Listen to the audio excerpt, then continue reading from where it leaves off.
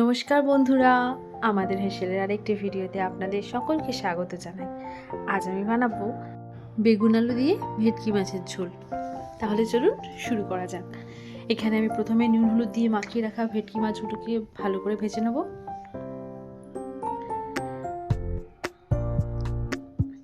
এরপরে একে একে দিয়ে দেবো কেটে রাখা বেগুনগুলো।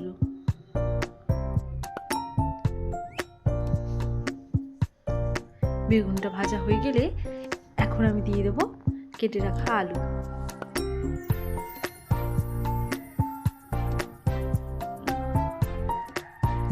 ব্যাস, এখানে আমার আলুগুলো বেশ লাল করে ভাজা হয়ে গেছে। এবারে আমি কড়াইতে পরিমাণ মতো তেল দিয়ে তাতে দিয়ে দেবো 5 ফোড়ন, দিয়ে দেবো ঝাল অনুযায়ী 2 কাঁচা লঙ্কা,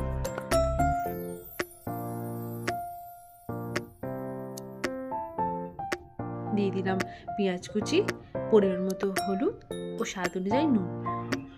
পেঁয়াজটা বেশ ভালো করে ভাজা হয়ে গেলে তাতে আমি দিয়ে দিলাম কেটে রাখা টমেটোগুলো। এবার আমি দিয়ে দেবো ভিজিয়ে রাখা জিরে ও ধনেগুলো, ভালো করে নাড়িয়ে চাড়িয়ে নেব। দিয়ে দেবো সামান্য পরিমাণ জল। এবারে দিয়ে দিলাম ভেজে রাখা বেগুন ও আলুগুলো, দিয়ে দিলাম সামান্য পরিমাণ চিনি, আপনারা চাইলে এটা নাও দিতে পারেন।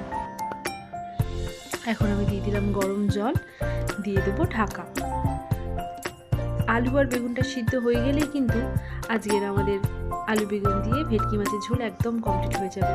এবারে আমি ভেজে রাখা ভেটকি মাছগুলো দিয়ে দিলাম। আজকের মতো আমাদের ভেটকি মাছের ঝোল কমপ্লিট।